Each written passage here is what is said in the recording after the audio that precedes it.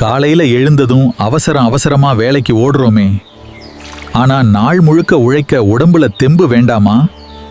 Coffee டீன்னு குடிப்பதை விட்டுட்டு நம்ம பாட்டிங்க சொல்லி கொடுத்த இந்த 7 நாள் 7 கஞ்சி ரகசியத்தை ட்ரை பண்ணி பாருங்க. எந்த வியாதியும் உங்களை நெருங்காது.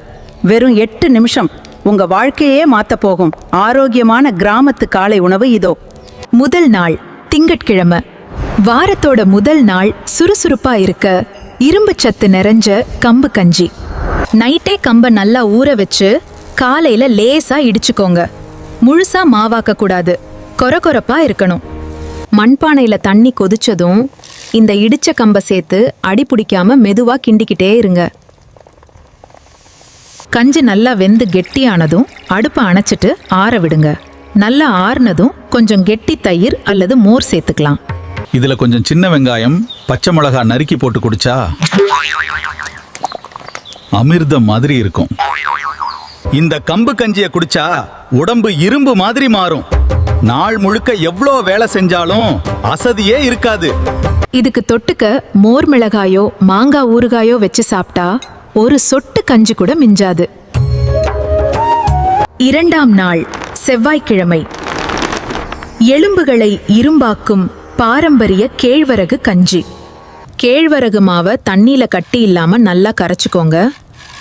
இதுல கால்சியம் சத்து ரொம்ப அதிகம்.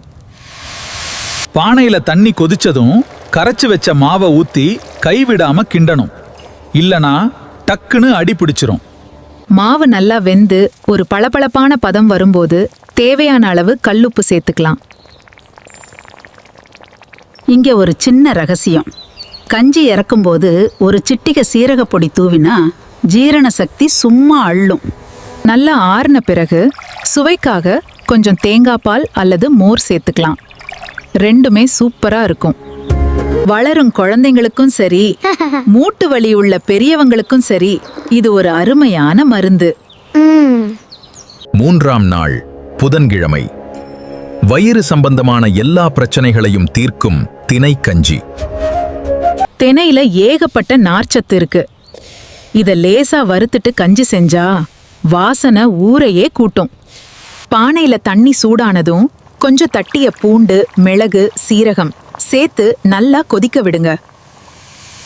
இப்போ வறுத்த தினைய சேர்த்து மிதமான தீயில வேக விடுங்க. இது வேகிறப்போ வர்ற வாசனையே பசிய தூண்டும். நல்லா குழைவா வெந்ததும் கொஞ்சம் கொத்தமல்லி தழை தூவி இறக்குங்க. கேஸ்ட்ரிக் பிரச்சனை, நெஞ்செரிச்சல் இருக்கிறவங்க இந்த தினக்கஞ்சியை குடிச்சா வயிறு அவ்வளோ லேசா கூலா இருக்கும். சுட சுட இந்த கஞ்சியோட அப்பளம் வச்சு சாப்பிட்டா டேஸ்ட் சும்மா வேற லெவல்ல இருக்கும்.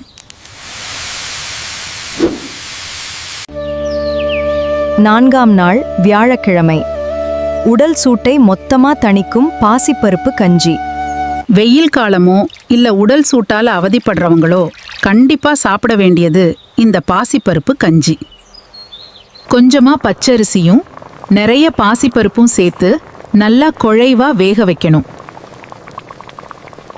இதுல கொஞ்சம் வெந்தயம் சேர்த்துக்கிட்டா அது உடம்புக்கு ஏசி போட்ட மாதிரி ஒரு குளிர்ச்சியை கொடுக்கும். கஞ்சி நல்லா வெந்ததும் இறக்குறதுக்கு முன்னாடி கொஞ்சம் துருவிய தேங்காய் பூ சேர்த்து கலக்கிக்குங்க. உங்களுக்கு இனிப்பு பிடிக்கும்னா உப்புக்கு பதிலாக கொஞ்சமாக கருப்பட்டி சேர்த்துக்கிட்டா அது ஒரு அட்டகாசமான ஸ்வீட் கஞ்சியாக மாறிடும். வேலை பழுவால கண்ணேறியதா, உடல் சோர்வா இருக்கா? இந்த கஞ்சி ஒரு இன்ஸ்டன்ட் எனர்ஜி பூஸ்டர். ஐந்தாம் நாள் வெள்ளிக்கிழமை.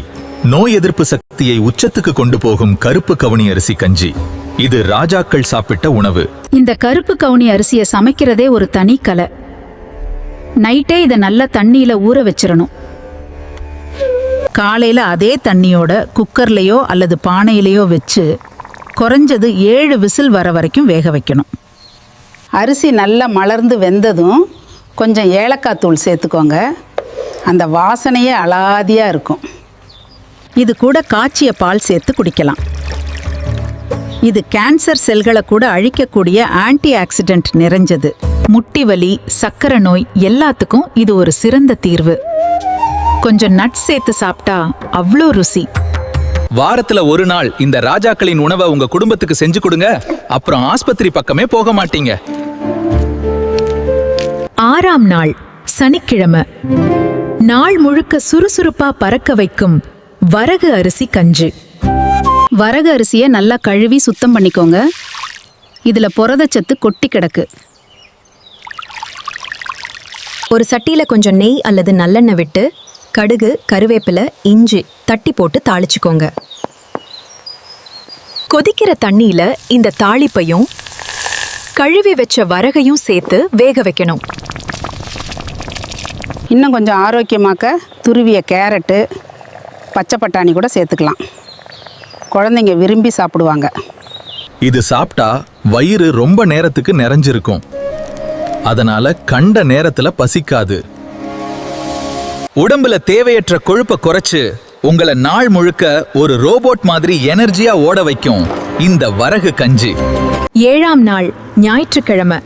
விடுமுறை நாள்ல ரிலாக்ஸ்டா வெயிட் லாஸ்க்கு உதவும் சம்பா கோதுமை கஞ்சி. சம்பா கோதுமை ரவையை லேசா வறுத்துக்கோங்க.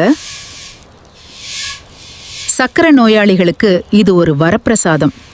ஞாயிற்றுக்கிழமை கொஞ்சம் ஸ்பெஷலா தக்காளி, வெங்காயம், பச்சை மிளகாய் வதக்கி தண்ணி ஊற்றி கொதிக்க வைங்க. தண்ணி கொதிச்சதும் வறுத்த கோதுமையை சேர்த்து நல்லா கிளறி வேக விடுங்க. இது ஒரு உப்புமா பதத்துக்கும் கஞ்சி பதத்துக்கும் நடுவில் சூப்பராக இருக்கும். நல்லா வெந்ததும் மேலாப்பில் கொஞ்சமாக நெய் அல்லது வெண்ணெய் வச்சு சாப்பிட்டா ஆஹா.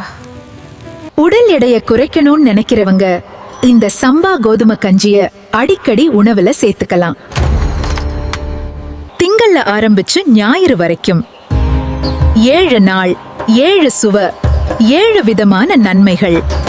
இந்த 7 நாள் கஞ்சி முறைய உங்க வீட்ல பின்பற்றி பாருங்க.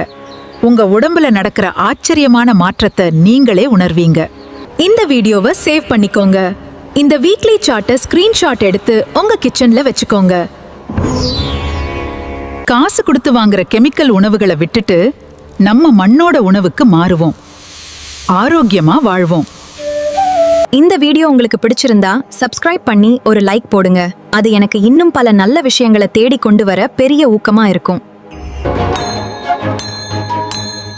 இதே மாதிரி நிறைய ஆரோக்கியமான பாரம்பரியமான கிராமத்து ரெசிபிகளுக்கு மறக்காம நம்ம சேனலை ஃபாலோ மற்றும் சப்ஸ்கிரைப் பண்ணுங்க. உங்க நண்பர்களுக்கும் குடும்பத்துக்கும் ஷேர் பண்ணுங்க. எந்த கஞ்சியை நீங்க முதல்ல ட்ரை பண்ண போறீங்கன்னு கமெண்ட்ல சொல்லுங்க. நாளைக்கு இன்னொரு சூப்பரான வீடியோவோட உங்களை சந்திக்கிறேன். எப்பவும் ஆரோக்கியமா இருங்க, சந்தோஷமா இருங்க. நன்றி, வணக்கம்.